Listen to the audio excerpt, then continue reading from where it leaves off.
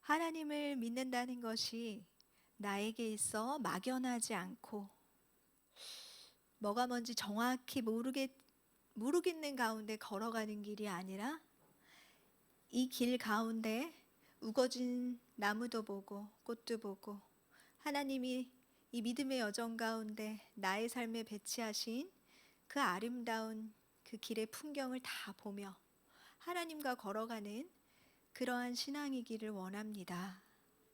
내가 왜 걷고 있고 어디를 걷고 있는지도 모르는 채로 살아간다는 것은 너무 막막하고 두렵고 답답한 일입니다. 하나님은 우리에게 막연한 하나님이 아니라 실제적인 하나님, 선명하신 하나님으로 자신을 계시하시며 우리 앞에 나타나기를 원하시는 분이십니다.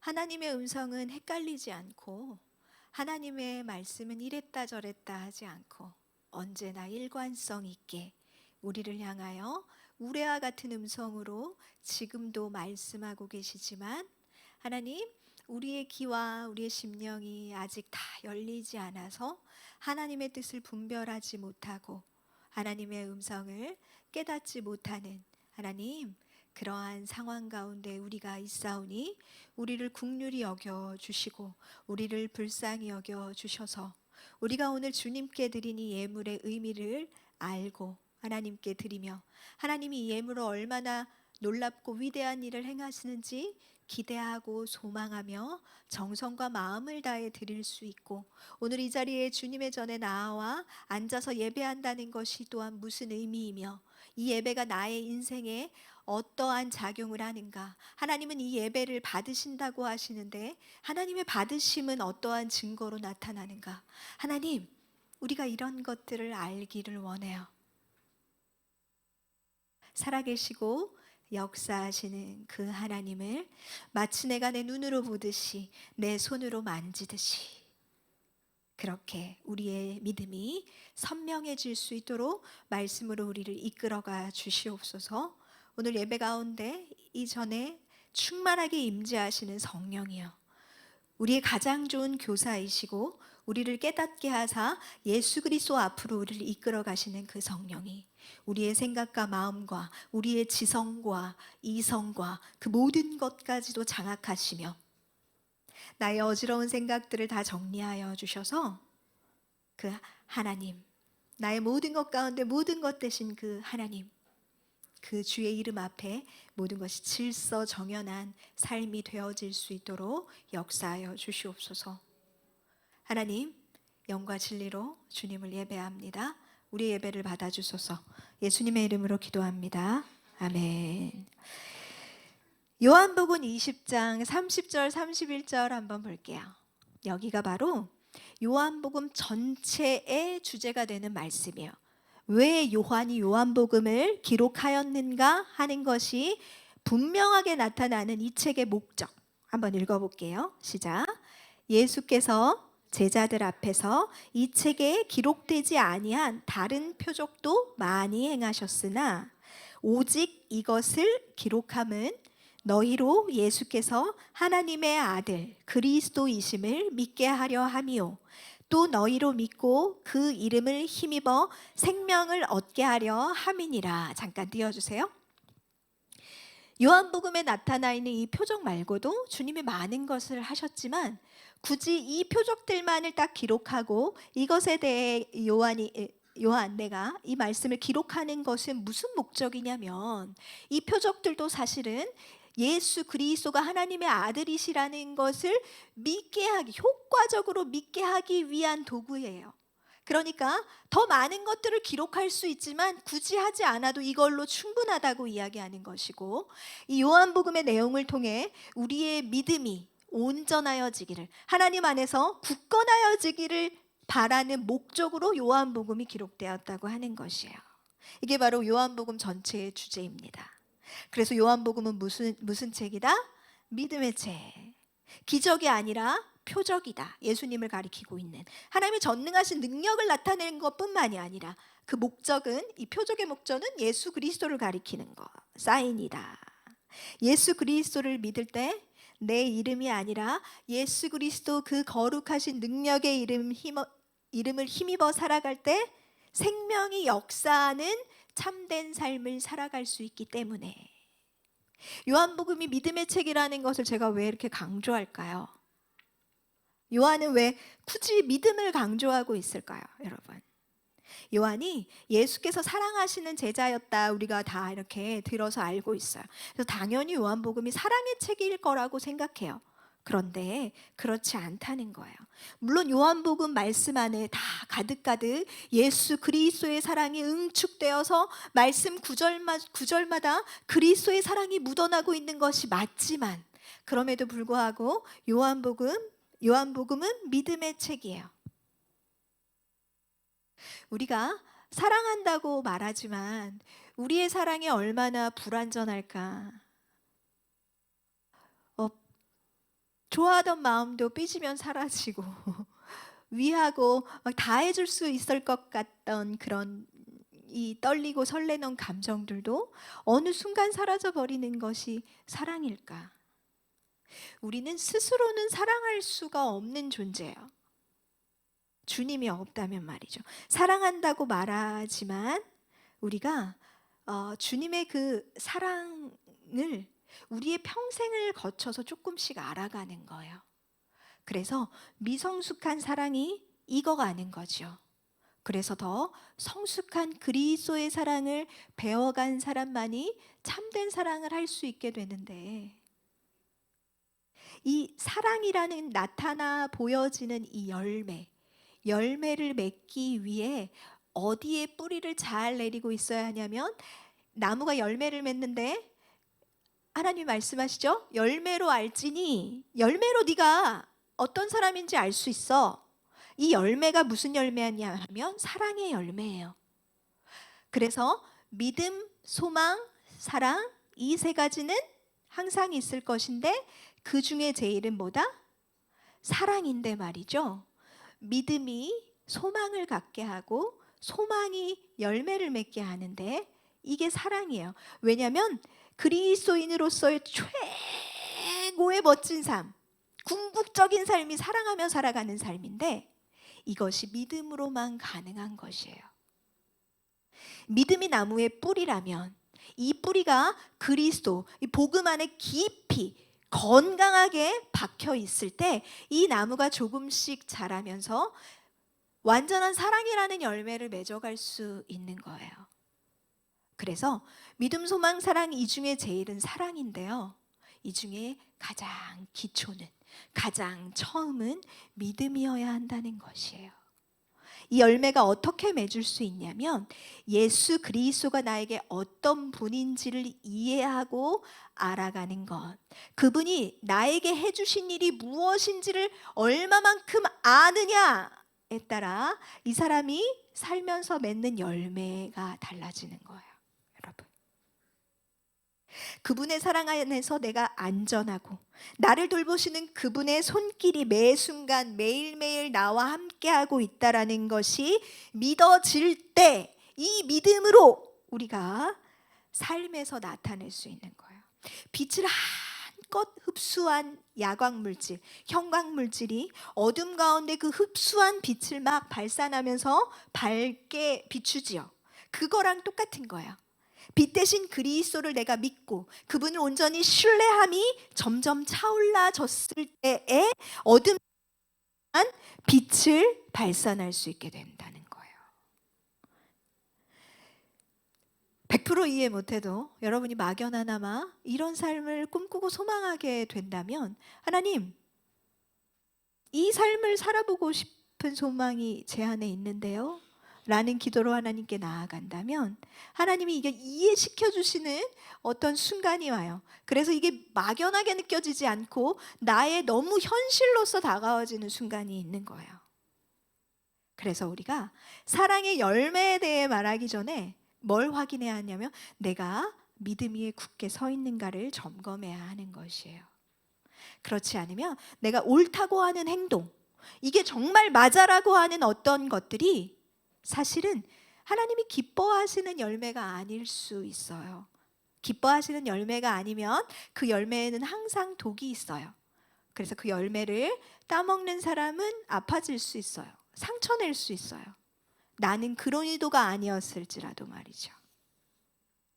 오늘 본문 말씀은 이 요한복음의 가장 중요한 부분의 두 번째, 본론의 두 번째가 시작되는 게 딱 13장부터예요. 13장부터 이제 1장, 2장에서 12장까지는 표적의 책이라고 했고, 요한복음 전체는 믿음의 책, 믿음을 효과적으로 말씀하기 위해 이제 2장부터 12장까지 표적을 보이셨고, 이제 13장부터 20장까지 이제 영광의 책이라고 불리는 부분이에요. 이 영광의 책이라는 이것이 무슨 의미인지 오늘 좀 확인해 보려고 해요. 여러분, 예수 그리스도의 십자가를 떠올리면 어떤 생각이 드나요? 나는 여러분 나이 때 예수 그리스도의 십자가가 너무 부담스러웠어요. 내가 날 위해 죽어달라고 요청하지도 않았는데 예수님은 왜 마음대로 날 위해 죽어서 이렇게 나를 불편하게 할까? 교회 안 나오면 혼날 것 같고, 거짓말하면 하나님한테 천벌받을 것 같고, 그런 이제 되게 깊은 율법의 시대가 저의 삶엔 있었어요.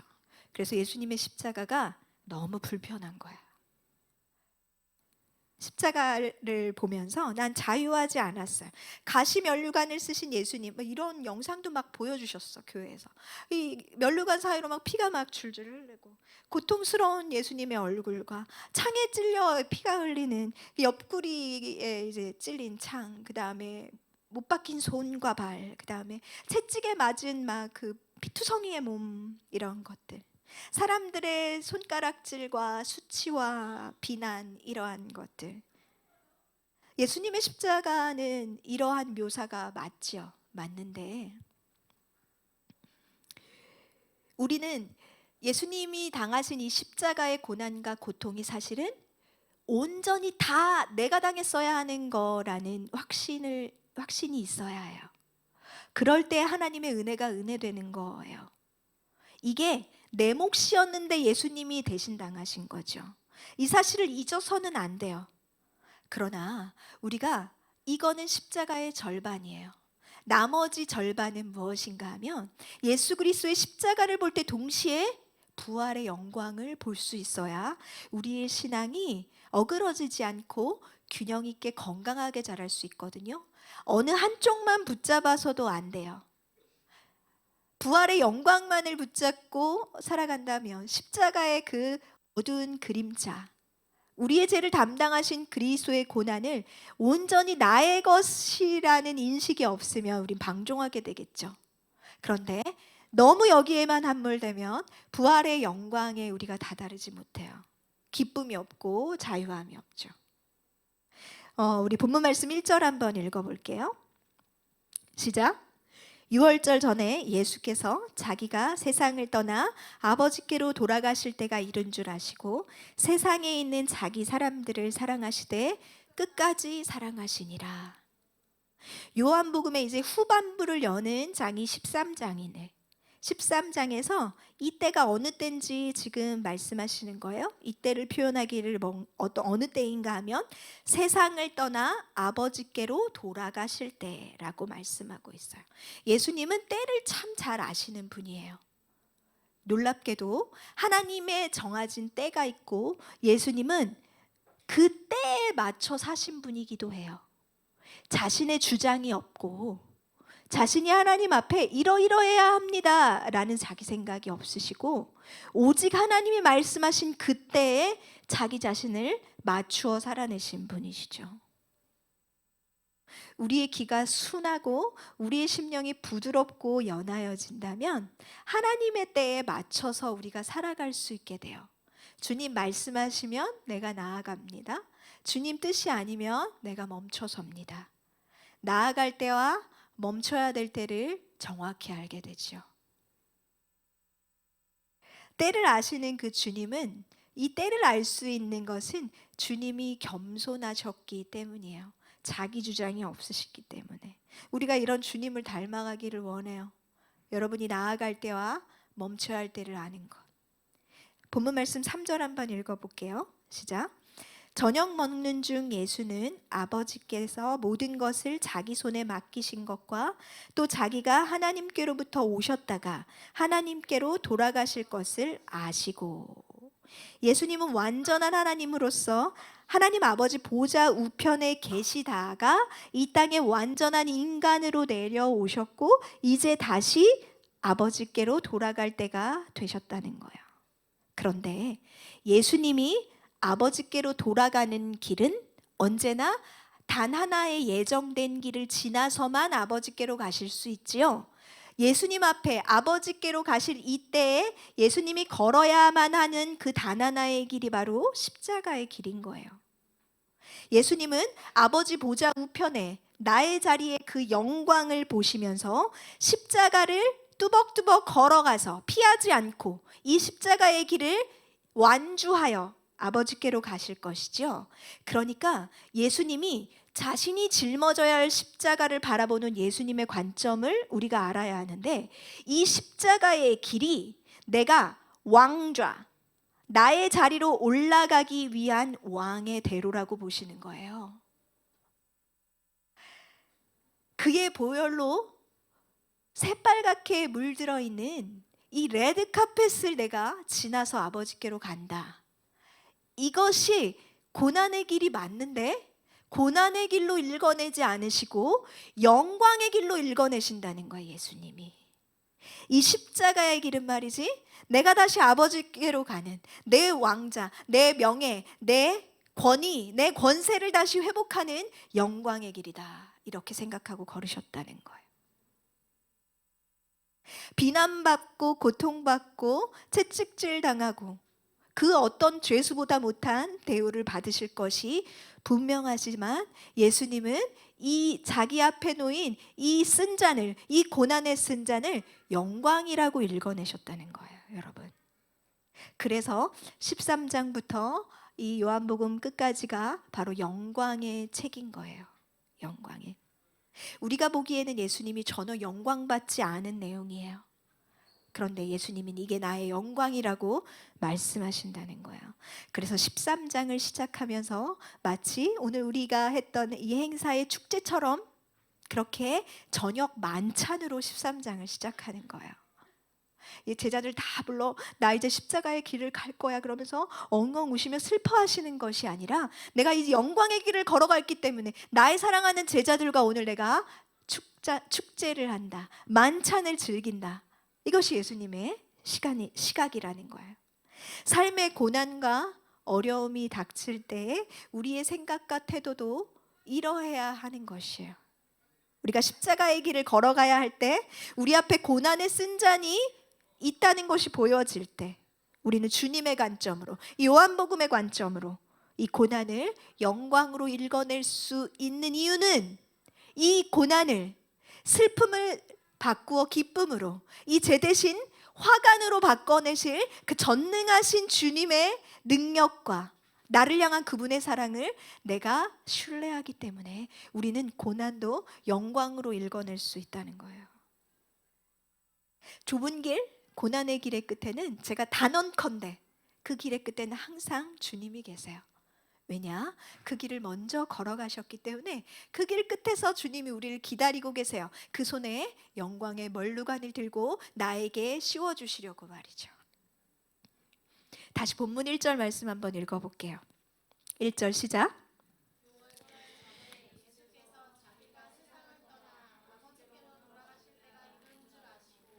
세상에 있는 자기 사람들을 사랑하시되 끝까지 사랑하시니라. 아멘.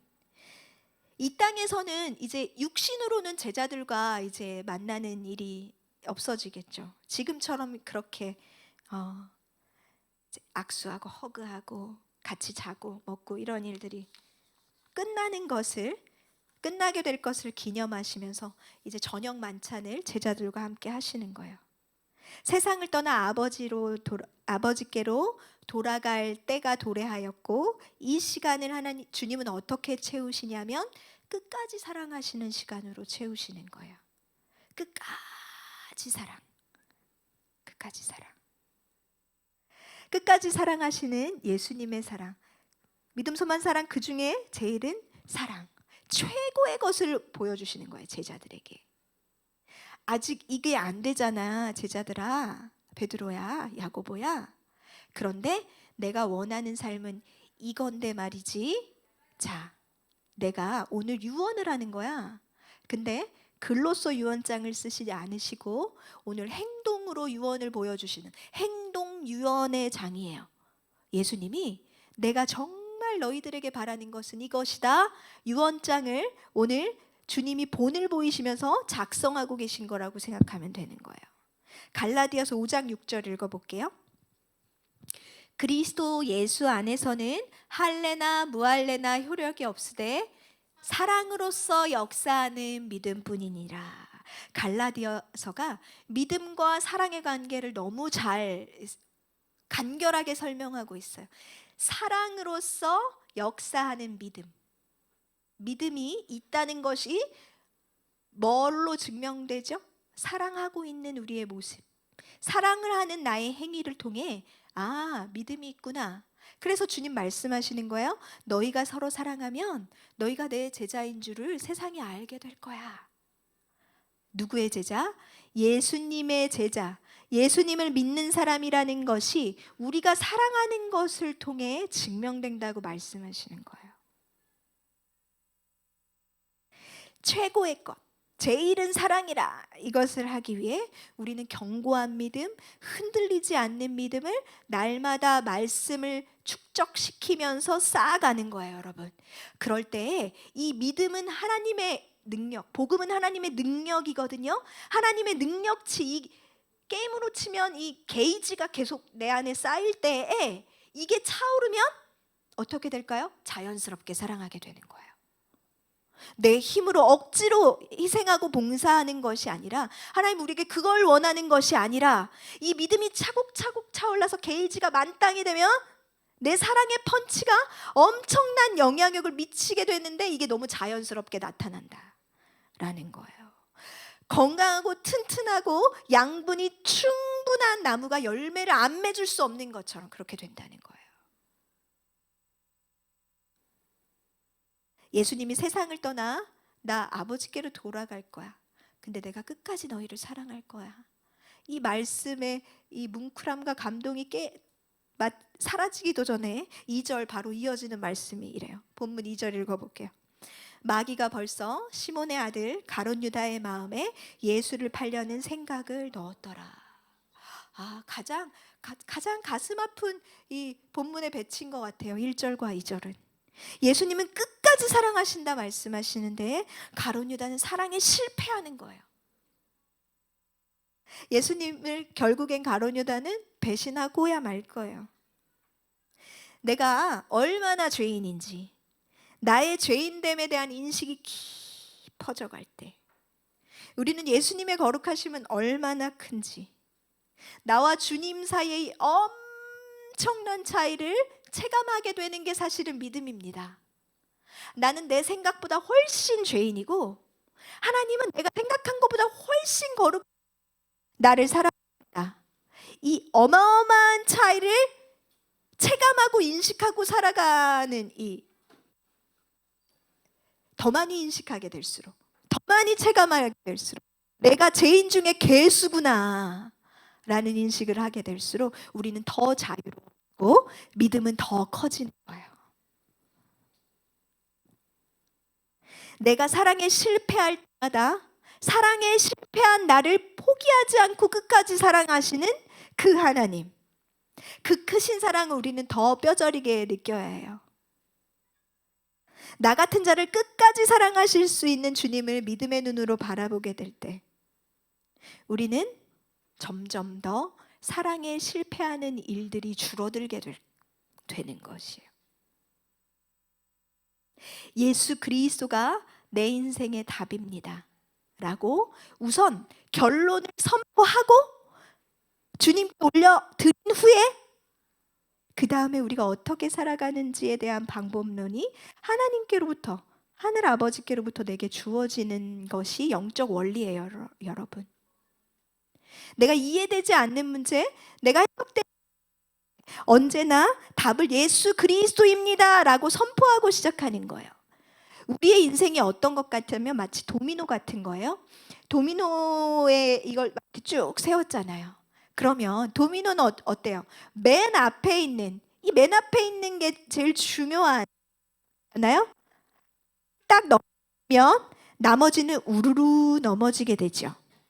그렇죠? 그런데 우리 그리스도인들이 마치 어떻게 살아가는 것처럼 보여지냐면 도미노 잘 세워진 도미노를 끝에서부터 하나씩 넘어뜨리며 살아가요. 그러니까 삶이 고단해. 고달퍼. 먼저 그의 나라와 그의 의, 예수 그리스도를 빡 선포하면 이 첫 번째에 딱 와르르 무너지게 되는 것을 보게 될 텐데, 이것을 믿지 못하는 거예요.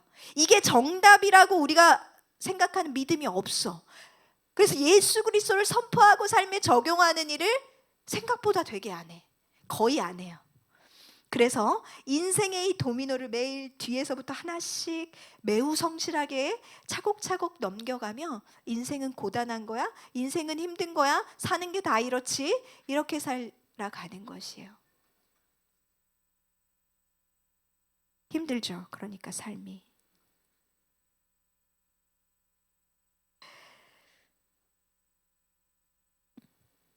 여러분, 첫 번째 도미노, 그 예전에 이제 김준곤 목사님이 백문백답, 여러분 혹시 아시는지 모르겠어요.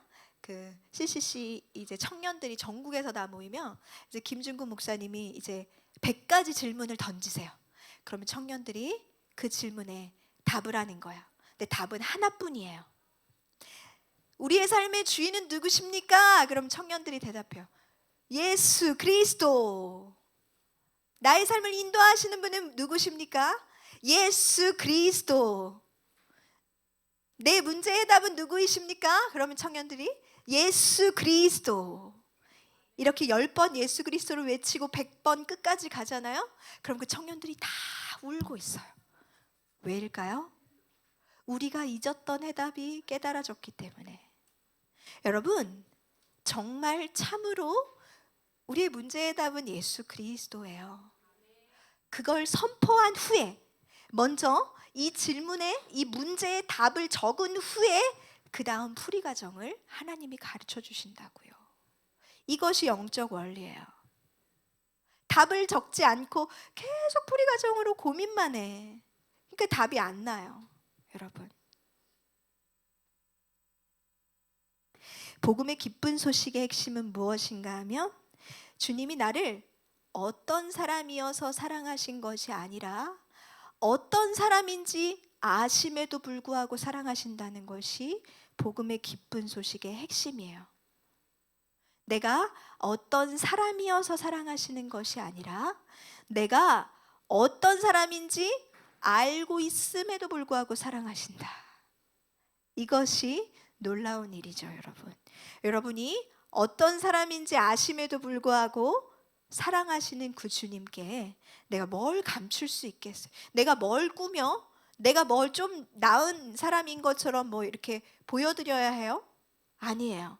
하나님은 나의 중심을 감찰하시고 내 속에 무엇이 있는지 아시고 누군가를 미워하는 그 못된 마음도 다 알고 계시고 게으른 나도 알고 계시고 결단하고 못 지키는 이 유약한 나도 알고 계시고 낮은 자존감의 나도 알고 계시고 외로운 나도 알고 계시고, 근데 그럼에도 불구하고 나를 잘 아심에도 불구하고 나를 사랑하고 계시다.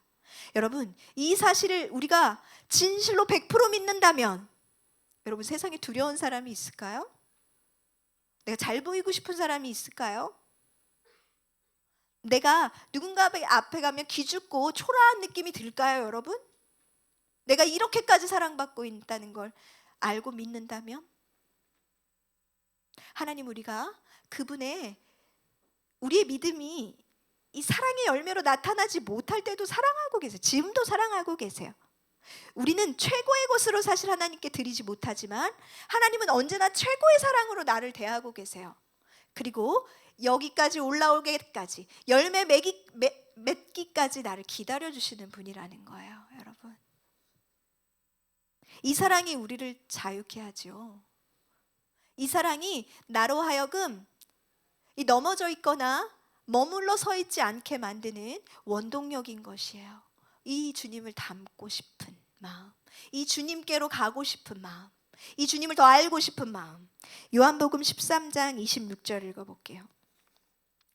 예수께서 대답하시되 내가 떡 한 조각을 적셔다 주는 자가 그니라 하시고 곧 한 조각을 적셔서 가룟 시몬의 아들 유다에게 주시니. 예수님은 가룟 유다가 자신을 팔 것을 이미 알고 계셨어요. 그럼에도 불구하고 이 만찬 가운데 떡을 한 조각을 초에 찍어서 가룟 유다에게 건네주세요. 이건 우정의 표시예요. 내가 널 이렇게 생각해, 이런 거예요.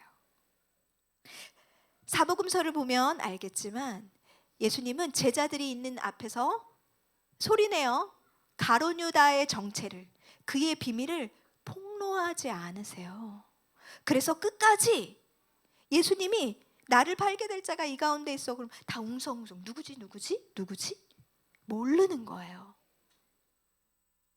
하나님은 그 사람의 죄악과 연약함을 폭로하고 싶어 하는 분이 아니에요. 주님이 그런 분이었다면 우리가 하나님 앞에 아무도 설 수 없을 거예요. 주님은 언제나 우리의 죄악과 연약을 덮어주시고 감춰주고 싶으신 분이에요. 그분은 우리의 연약함과 죄악을 하나님께 폭로하기 위해 이 땅에 오신 분이 아니에요. 어떻게든지 감추고 싶어 하시는 분이에요. 요한복음 통독하는 친구들은 이번 주 17장을 이미 읽었겠는데 17장이 예수님의 기도잖아요. 예수님의 기도 가운데 단 한 절도 우리에 대한 하나님을 향한 우리에 대한 폭로가 없어요. 가룟 유다는 사랑하는 예수님의 손에서 떡을 받았지만 뒤에 나와 있는 구절들을 보면 그 떡을 받고 뛰쳐나가요. 그리고 결국 그 떡을 먹지 않습니다. 그의 우정을 먹고 소화시키고 내면화시키는 그 작업을 하지 않는 거예요. 거절하는 거죠. 예수님은 가룟 유다를 잘 아심에도 불구하고 다른 제자와 끝까지 똑같이 대하셨어요. 자신을 배신할 사람을 보호하셨을 뿐만이 아니라 오늘 본문을 보면 가룟 유다의 발도 예수님은 씻겨주셨다는 거예요. 여러분 기억하세요? 내가 가룟 유다보다 더 처참한 상황, 더 심각한 죄의 나락에 떨어진다 해도 우리는 언제나 주님의 가룟 유다를 향한 한결같은 그 사랑을 우리는 기대할 수 있어요. 이것을 기대할 수 있는 게 믿음인데, 내가 이렇게 처참할 때도 주님은 날 사랑하시지, 이걸 떠올릴 수 있는 것이 믿음의 실력이고 능력이거든요. 이게 갖추어져 있다면 우린 가룟 유다처럼 주님이 내게 내미는 이 떡을 거절하지 않을 수 있어요. 먹어내는 거예요. 울면서 하나님, 내가 이거 먹을 자격이 없는데 먹어요. 이게 믿음이거든요, 여러분. 그럼 우리는 가룟 유다의 죽음의 자리, 거기에 가지 않고 다시 주님 곁으로 갈 수 있는 거예요. 이 믿음의 실력이 여러분에 있기를 원해요. 믿음의 실력이 뭐라고요? 내가 더 지금보다 형편없을 때에도 주님은 나를 사랑하시지, 이걸 떠올릴 수 있는 게 우리의 믿음의 실력이라고요. 내가 어떤 사람이어도 나를 향한 하나님의 사랑은 끊어지지 않는다, 포기되지 않는다 라고 믿는 힘이 있다면 우리는 그 죄악의 자리를 털고 일어나 탕자가 아버지를 찾아가듯이 우리는 그렇게 다시 되찾아갈 수 있다, 내 자리를. 4절 5절 읽어볼게요. 시작.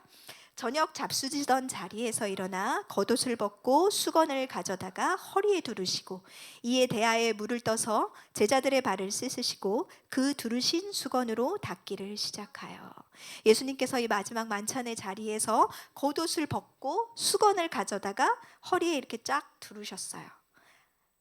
나 본격적으로 일 좀 해야지 하면 그 사람의 모습은 허리에 수건이 둘려져 있는 모습이에요. 이 시대에 예수님이 허리에 수건을 딱 두르시고 제자들의 발을 씻겨주기 시작하세요. 이것이 바로 예수님의 인생의 마지막 유언이에요. 오늘 예수님이 하시는 이 일은 마치 사랑하는 제자들을 위해 말 대신 행동으로 하는 유언이라고요. 요한계시록 1장 13절 읽어볼게요. 시작. 촛대 사이에 인자 같은 이가 발에 끌리는 옷을 입고 가슴에 금띠를 띠고. 예수님은 본래 이런 분이세요. 가슴에 금띠를 띠는 분이시라고요. 이게 예수님의 영광의 본체를 설명하는 계시록 1장의 말씀이에요. 그분은 가장 아름다웠고 가장 값비싸며 가장 존귀한 옷을 입으시는 분이시죠. 가슴에 금띠를 띠는 만왕의 왕이시라고요. 모든 영광과 모든 권세의 주인, 모든 권위는 다 주님으로부터 오죠. 그런데 오늘 예수님은 겉옷을 벗으시고 수건을 두르시며 제자들의 발을 씻기시기 위해 그들 앞에 무릎을 꿇고 허리를 굽히시는 거예요. 이 완전히 겸손하신 예수님, 이 완전히 겸손하신 예수님의 모습과 예수님의 이 위대한 권위와 건세가 서로 상충됩니까? 우리는 말씀을 통해 그렇지 않다고 우리가 이 말씀을 이해하죠. 권위란 것이 무엇인지 이 말씀을 통해 우리는 명확히 알고 있어야 해요. 권위를 가지셨기 때문에, 그 권위의 주인이시기 때문에 예수님은 절대로 권위주의적일 필요는 없으신 거예요. 여러분, 권위 그 자체이시기 때문에 그의 겸손이 그분이 갖고 계신 권위를 더 빛나게 하지요. 여러분이 어른이 된다고 해도 절대 권위주의적인 어른이 되지 않기를 진심으로 축원합니다. 권위주의적인 태도는 뭐라고 이야기하는 거냐면 나에게는 권위가 없습니다 라고 이야기하는 것과 똑같은 거예요. 나한테 사실은 권위가 없기 때문에 있는 것처럼 보여줘야 해서 권위주의가 나오는 거거든요. 내가 예수 그리스도 안에 깊이 뿌리내요. 그분이 나에게 십자가상에서 주신 하나님 자녀됨의 권세를 나는 없어요. 내가 그걸 믿지 않아요. 그렇기 때문에 권위주의의 모습을 취하는 거예요. 복음으로 내가 충만하지 않다는 것을 보여주는 게 권위주의예요. 없기 때문에 스스로 그것을 자신의 힘으로 가져보려고 발버둥치는 모든 행위가 권위주의고 권위의식인 거예요, 여러분. 예수 그리스도로 인하여 예수님의 십자가에서 죄사함 받은 우리는, 이미 의인된 우리에게는 하나님의 자녀로서의 권세가 이미 주어졌어요. 용납받고 명성을 얻고 성공하고 안정을 누리고 기뻐하고 인정받고 존경받는 이 모든 좋은 거는 예수님의 이름과 함께 이미 나에게 주어져 있어요, 여러분. 이미 갖고 있는데 서랍에 넣어놓고 잊어버리고 있거나 쓰지 않는 거예요. 내 거라고 생각하지 않는 거예요. 잘못 배달됐나? 온갖 좋은 것은 예수 그리스도 그 이름과 함께 이미 우리에게 다 소유권을 주셨어요. 우리가 예수 그리스도 그 복음의 빛 안에 거하지 않을 때 우리는 예수님으로부터 받은 걸 내 힘으로 갖춰야 된다고 착각하게 되는 거예요. 우리는 누군가를 밟고 일어서거나 깎아내리거나 비난하는 것으로써 내가 더 힘이 세고 높고 내가 더 잘났어 라는 증명을 할 필요가 없는 사람이에요. 우리는 이미 그리스도 안에 충분히 존귀한 자들이에요.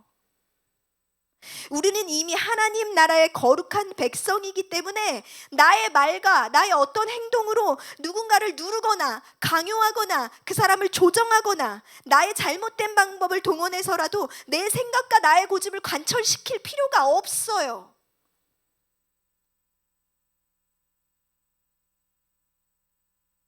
그러한 나의 삶의 모습이 내가 괜찮은 사람이고 존귀한 자고 나에게 권위가 있어 라는 걸 증명하는 게 아니라고요. 우리는 예수 그리스도 안에서 이미 하나님의 자녀됨의 권세를 물려받았습니다. 이미 나는 가지고 있습니다. 여러분의 앉아있는 그 자리, 내 무릎 앞에 예수님이 오늘 허리에 수건을 두르시고 나의 발을 씻기고 계시다고 상상해 보세요. 여러분의 발을 씻기면서 오늘 주님은 나에게 뭐라고 말씀하실까요? 14절 15절 읽어볼게요. 시작.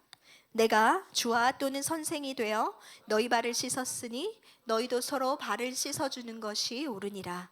내가 너희에게 행한 것 같이 너희도 행하게 하려 하여 본을 보였노라. 예수 그리스도께서 보여주신 이 겸손의 본이 아름답다. 세상 왕의 그 왕자를 칼을 휘두르며 힘과 능력으로 예수님이 기적을 나타내며 그를 끌어내지 않고 그 자리에 앉으실 수 있는 분이 어디에 앉아 계시죠? 내 앞에 무릎을 꿇고 나의 발을 씻기기 위해 앉아 계시다는 것.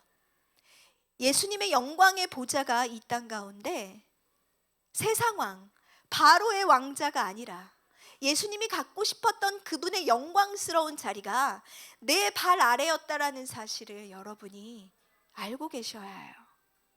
내가 주님 앞에 그런 존재라는 것. 예수님이 내 앞에 무릎을 꿇고 내 발을 씻기시는 이 예수님이 너무 아름답게 보여질 때에 우리는 진짜 자유롭게 나의 죄를 거부할 수 있고요. 자유롭게 하나님의 공의를 기뻐할 수 있게 되고요. 자유롭게 정의의 길에 내가 서 있을 수 있게 되는 거예요. 자유롭게 나의 영광을 위해 살던 걸 멈추고 하나님의 영광을 위해 살아가게 되는 것이에요. 자유롭게 하나님과 이웃을 사랑하는 열매를 맺을 수 있게 되는 거예요. 이 예수님을 믿을 때 진정 죄의 속박에서 벗어난 자유인이 되는 거예요. 8절 읽어볼게요. 시작. 베드로가 이르되 내 발을 절대로 씻지 못하시리이다. 예수께서 대답하시되 내가 너를 씻어주지 아니하면 내가 나와 상관이 없느니라. 예수님은 세상의 지위 높은 권세자들과 상관 있고 싶은 게 아니었어요. 냄새나는 어부, 비린내 나는 어부, 이들과 친구가 되고 싶으셨고 초라한 우리와 상관 있고 싶으셔서 금띠를 거절하시고 수건을 두르시고 그 앞에 무릎을 꿇으실 수 있는 그 주님. 이 주님이 진정 멋져 보이기를 축원합니다. 이 주님의 모습이 너무 사모되기를 소망해요. 그럴 때 우리가 그리스도인이에요. 그렇게 살아가려고, 그렇게 살고 싶어서 하나님 앞에 하나님 나의 믿음 없음을 긍휼히 여겨 주시옵소서. 내가 하나님을 충분히 알지 못하고 내가 복음을 충분히 믿지 못하는 것이 저의 근본적인 문제입니다. 이 믿음이 차올라 자라날 수 있게 도와주시옵소서. 이것이 우리의 기도가 되어야 할 것이에요. 우리 다 같이 찬양하고 기도하겠습니다. 언제나 나랑 상관 있고 싶으셔서 내 시간 속에서 나와 함께 공유하고 싶어서 애타는 주님의 마음, 그 주님의 마음에 우리가 응답하며 찬양합시다. 나도 주님을 사랑합니다. 나의 영혼이 주님만 바라봅니다. 나의 영혼이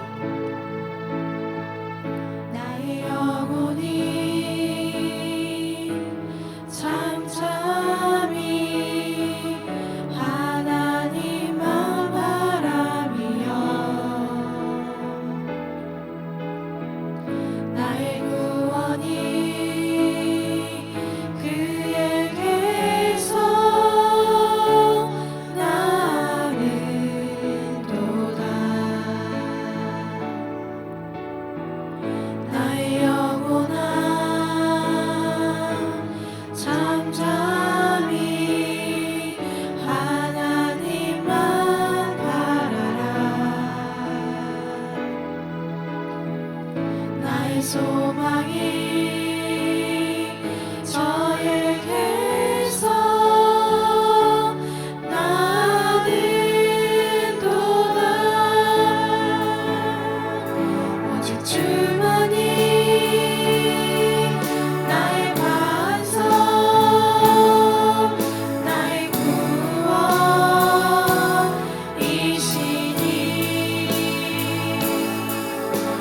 주만이 나의 산성 내가 요동치 아니하리 오직 주만이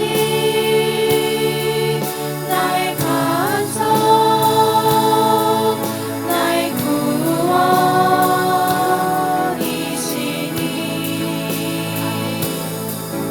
오직 주만이 나의 산성 내가 요동치 아니하리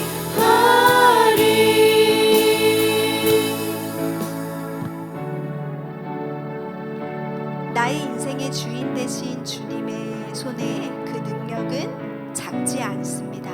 연약하지 않습니다. 실패하지 않습니다.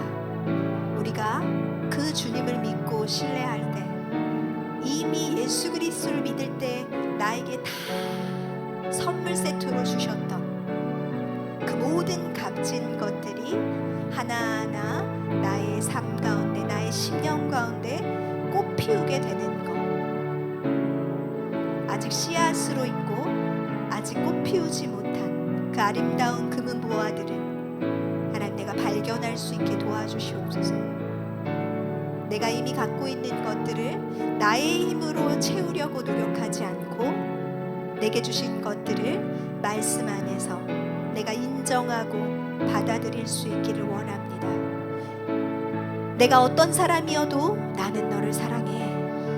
하나님, 이 믿음의 실력, 이 음성을 기억해내고 어떤 절망의 순간에도 이 하나님의 사랑을 의심하지 않는 믿음의 실력이 우리 가운데 있어지게 하여 주셔서 이 실력으로 나도 기꺼이 주님과 같이 다른 사람 앞에 무릎 꿇을 수 있고 그를 높이기 위하여, 그를 깨끗하게 하기 위하여 내가 허리를 굽힐 수 있는 진정한 권세자만이 보여줄 수 있는 이 아름다운 겸손의 삶을 우리도 살아갈 수 있게 도와주시옵소서. 우리를 그렇게 이끌어 가실 주님의 손에 이번 한 주도 나를 맡겨드립니다. 주여, 인도하시고 지켜주시고 보호하여 주시옵소서. 예수님의 이름으로 기도합니다. 아멘.